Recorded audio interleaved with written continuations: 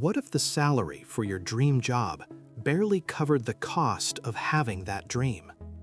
Imagine a young professional standing in a gleaming high-rise apartment. The direct deposit arrives in their account, a six-figure sum that feels like a victory. But then the deductions begin. A rent payment of $5,000 vanishes instantly. It's followed by the silent theft of utility bills and a city tax that takes yet another bite. The number on the screen shrinks and the victory sours. This isn't a hypothetical scenario. It is the grinding financial reality in America's most sought-after urban centers. When we speak of an expensive city, we are not merely talking about a startling figure on a rental agreement. We are describing a complex ecosystem of expenses that systematically grinds away at your income. It is the triple-layer tax structure in New York City, where federal, state, and local governments all demand their share. It is the $8 gallon of milk in Honolulu, a paradise tax paid on every single imported good. It is the hidden cost of transportation in Los Angeles, measured not just in gallons of gasoline, but in irreplaceable hours lost to traffic. This is the real cost of living. These financial pressure cookers do not exist in a vacuum. They are forged by immense economic forces. A technology boom in San Francisco creates millionaires overnight, but it also pushes housing prices into the stratosphere. World-class universities like Harvard and MIT in Boston attract the brightest minds on the planet, creating a ravenous, unending demand for severely limited housing. But when the cost of survival begins to outpace the reward of success, what remains of the American dream?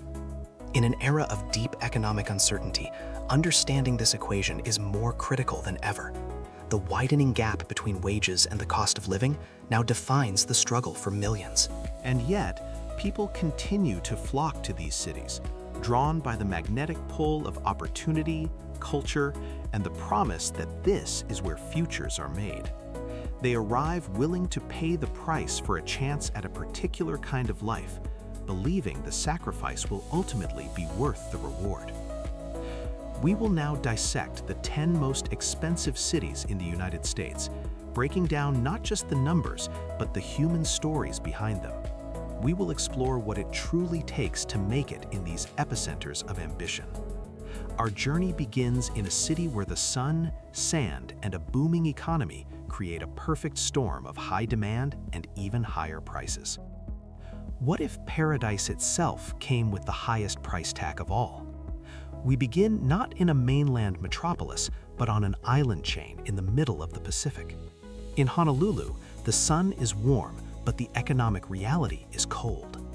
Imagine standing in a grocery aisle where a simple gallon of milk costs nearly double its mainland price, a stark, daily reminder that every single item, from your food to your fuel, has traveled thousands of miles across an ocean to reach you. This logistical reality pushes Honolulu's cost of living an astonishing 80 to 90% above the national average. The dream of owning a home here, priced between $800,000 and $1 million, means that even a six-figure salary begins to shrink under the Pacific sun. From an island defined by water, we turn to a peninsula transformed by a tidal wave of wealth. Miami represents a different kind of outlier, a Sunbelt boomtown supercharged by new money. After the year 2020, a massive wave of wealthy Americans and international investors, drawn by Florida's lack of a state income tax, crashed upon its shores. This influx acted as a powerful economic accelerant, sending housing prices into orbit. Rents for a typical apartment now hover between $2,500 and $3,000, a figure that has risen dramatically in just a few short years. This migration has reshaped the city's identity and its economy, creating a glittering facade of prosperity. But what happens when the cost of living grows much faster than the wages of the people who already call a city home? Miami is now a case study in economic disparity, boasting one of the widest gaps between average income and living expenses in the entire country. The very boom that makes headlines is creating a crushing affordability crisis for longtime residents and service workers, the very backbone of the city's vibrant culture. This tension highlights a critical issue in modern America. Rapid growth doesn't always lift all boats. Sometimes it simply swamps them. These two cities, one isolated by geography and the other by a sudden tide of capital, reveal that extreme costs can arise from very different forces, but they are just the beginning. Next, we explore the epicenters of power and technology, where the price of proximity is higher still. Leaving the isolated expenses of Honolulu, we turn to the mainland's west coast. Here, two cities offer a choice: pay a premium for perfect weather or for a stake in the digital gold rush. In San Diego, a retiree watches the sunset over Coronado Beach, the warm air a gentle blanket. The postcard view is priceless, but the small bungalow just behind them recently sold for over $900,000. This is the sunshine tax in action. The cost of living here is a staggering 70 to 80% above the national average, not because of a single dominant industry, but because the climate itself has become the premium product. People willingly pay more for 72-degree days and endless sun. But what happens when the economic engine isn't the climate, but lines of code? A few hundred miles north, Seattle tells a different story. The city's economy, once tied to timber and airplanes, is now a technology behemoth, home to Amazon and Microsoft. This corporate gravity has pulled in immense talent and money, inflating costs by 40 to 50% in just the last decade alone. The average home now commands a price of $800,000. When a city's fortune is so closely tied to just 2 or 3 corporate giants, is its prosperity built on solid ground or a house of cards? This explosive, industry-driven growth creates a different kind of pressure than San Diego's steady, lifestyle-driven expense. A young professional might land a job at Amazon, only to find their entire salary swallowed by the very economic boom their employer created. This dynamic has become a defining feature of 21st century urban economics. But the West Coast isn't the only region with extreme costs. The nation's oldest power centers have their own unique and perhaps more entrenched reasons for their high price tags. What if the price of power isn't paid in dollars, but in your monthly rent? We leave California's tech and sun for the East Coast's corridor of institutional might. Here, value isn't measured by startup valuations, but by proximity to the halls of governance and academia. First, Washington, District of Columbia. This is a city uniquely insulated from the economic tides that buffet the rest of the nation. Its economy runs on government payrolls and lobbying contracts, creating a stable but fiercely expensive environment. Living costs here soar 60 to 80% above the national average, with typical rents falling between $2,800 and $3,200. It's an economic bubble where federal stability comes with a very high price of admission. From the seat of political power, we travel north to the capital of intellectual power, Boston. Picture a graduate student in a cramped Cambridge apartment on a rainy Tuesday. The scent of old books and brewing coffee can't mask the deep anxiety of a rent bill that devours their meager stipend. This is the daily reality in a city dominated by academic giants like Harvard and MIT. These institutions create a constant high-demand vortex for housing, pushing average rents to over $3,000 a month. But when the cost of living for students becomes one of the highest in the nation, is the very pursuit of education becoming an exclusive luxury? This academic-driven demand doesn't just affect students, it radiates outward, inflating the entire rental market and showing how institutional prestige directly fuels a modern affordability crisis. These two cities prove that access to power, whether political or academic, commands a steep premium. But even their staggering costs are merely a prelude to the nation's true financial epicenters. Next, we confront the cities that wrote the book on expensive living. California offers two paths: the pursuit of fame or the pursuit of fortune. Both now come at an almost impossible price. Leaving the East Coast's power centers, we return to the Golden State, where the affordability crisis has two distinct faces. First, Los Angeles, the city of stars. An aspiring actor in Silver Lake overhears conversations about million-dollar bungalows. They just served a $200 brunch order, but their own rent is due tomorrow. Here, the cost of living is 50 to 70% above the national average, with average homes nearing $1 million. This immense financial pressure creates a stark and visible paradox, a city of unimaginable wealth that suffers from one of the highest rates of homelessness in the nation. The Hollywood dream is built upon a foundation of extreme inequality. Now travel north to San Jose, the quiet heart of Silicon Valley. This isn't about glamour, it is about code. Here, the average home price skyrockets to over $1.3 million. The city boasts some of the nation's highest salaries, often over $120,000. Yet it is a gilded cage. When a six-figure salary from a world-changing technology company cannot even secure a down payment on a modest home, what does that say about our very definition of success? It is a city where highly paid engineers have become perpetual renters, their dreams of ownership deferred indefinitely by the very demand they themselves help to create. This is not just a market trend, it is a live recalibration of the American dream. But if Los Angeles is the dream and San Jose is the engine, there is another California city that combines their costs into an even more extreme reality. We've seen the price of sunshine and power, from San Diego to Washington. Now we enter the final arena. Here lie the apex predators of American expense, two coastal titans locked in a battle for the unenviable title of most expensive city, New York City and San Francisco. They operate on a financial scale entirely different from Honolulu or Boston, setting a global standard for financial pressure that reshapes millions of lives. Imagine our young professional, now living in Manhattan. Through the single window of their $5,000 a month studio apartment, the city's electric hum is a constant companion to the crushing weight of the monthly bills.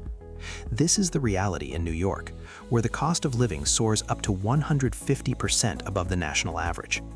It's not just the astronomical rent, it is the unique triple tax hammer, federal, state, and a city tax, that pulverizes even the most robust paychecks.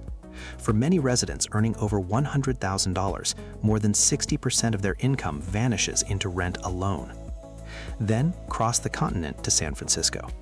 Here, the dream is not simply to rent, but to buy, a dream that now costs an average of $1.4 million.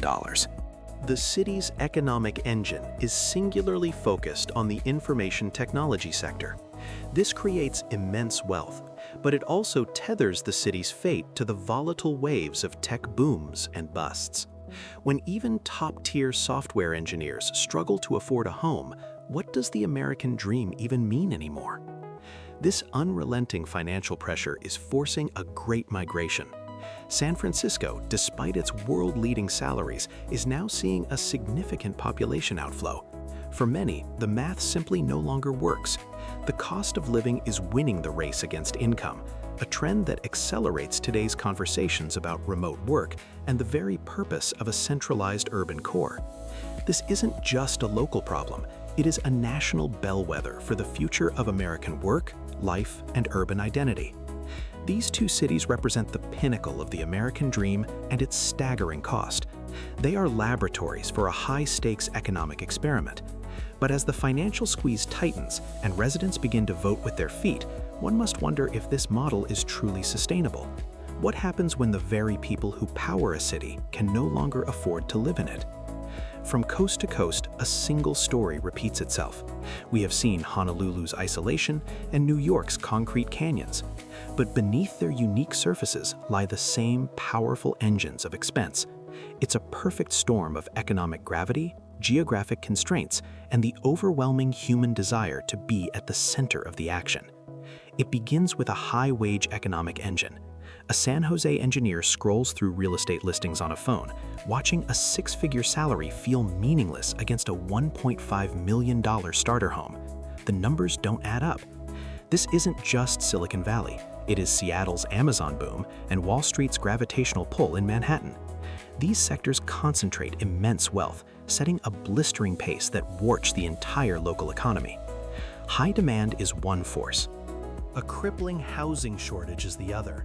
For every new tech campus that is built, the housing market fails to keep up. We saw this in the Los Angeles housing crisis and in Boston's fierce rental market, where students and professionals compete desperately for a handful of scarce apartments. When high wages draw thousands of new residents, but only hundreds of new homes are built, where does all of that pressure go? Then comes the powerful desirability tax. People pay a premium for San Diego's weather or Miami's vibrant culture. They pay for proximity to Washington's power or New York's cultural capital. Our young professional isn't just buying shelter, they are buying access to opportunity and a specific, coveted lifestyle. This feedback loop of high wages, low supply, and high desirability is the core of the modern affordability crisis, a challenge no longer confined to the coasts, but now defining urban life across the nation. These market forces can seem unstoppable, but what happens when we look beyond them to the human choices, the policies and regulations that either tame this beast or continue to feed it? What happens when a six-figure salary feels like a gilded cage? We've dissected the economic engines driving up costs. Now we must look beyond the data, past the million-dollar price tags, and into the lived reality for the people caught in this financial storm. Picture an engineer in San Jose, the heart of Silicon Valley. It's past midnight, the blue light of a monitor illuminating their face as they stare at a budget spreadsheet. Their $120,000 salary, a symbol of success almost anywhere else, shrinks against the truly impossible down payment for a simple suburban home. This is the central paradox of America's most expensive cities. In Manhattan, a young professional earning over $100,000 a year can watch 60% of their income vanish into rent, a single line item that dictates their entire life. This is not a failure to budget. It is a system where the cost of entry outpaces even the most coveted paychecks. We see this in San Francisco, where a growing exodus of high-earning tech workers signals a breaking point. They are leaving not for better jobs, but for a better life. How can a city be considered a land of opportunity when home ownership is a fantasy even for its highest earners? This crisis of affordability creates jarring social contrasts, nowhere more visible than in Los Angeles. The city's multi-million-dollar real estate exists side by side with one of the nation's largest homeless populations, a daily, visceral reminder of the chasm between the haves and the have-nots. This growing disparity is a key reason why conversations around remote work and urban exodus are more urgent today than ever before. The pressure on the system is immense, forcing countless individuals to reevaluate what the American dream truly means. But this raises a more unsettling question. What happens to these cities when their most vital residents decide the price is no longer worth paying? The American city now stands at a crossroads. Our journey from Honolulu's isolated shores to New York's dense canyons revealed a consistent narrative of escalating costs. We saw how tech booms in San Francisco and institutional power in Washington forge economic barriers, locking out the very people who give these cities their life and soul. The storm of high demand and limited supply has brought us to this critical moment. One path leads to deeper division. Imagine a city where gleaming towers cast long shadows over communities struggling to survive. Teachers, artists, and nurses, the city's vital core, are pushed to the margins, enduring crushing commutes from distant, cheaper towns. This is the future hinted at by Los Angeles' housing crisis and Miami's staggering income gap, a two-tiered society of the hyper-wealthy and the permanently renting. Can a city truly thrive when it becomes an exclusive enclave, detached from the diverse human fabric that once defined it? The other path is innovation. It envisions cities embracing bold housing policies, sustainable transit, and new models for community living that prioritize people over profit. This future is not guaranteed. It demands the political will and creative spirit these urban centers claim to possess. This choice matters profoundly today, as remote work redefines geography and the economic pressures from the post-2020 era intensify. For the engineer in San Jose who still rents despite a six-figure salary, the stakes are deeply personal. The patterns we've explored are the contours of our collective future.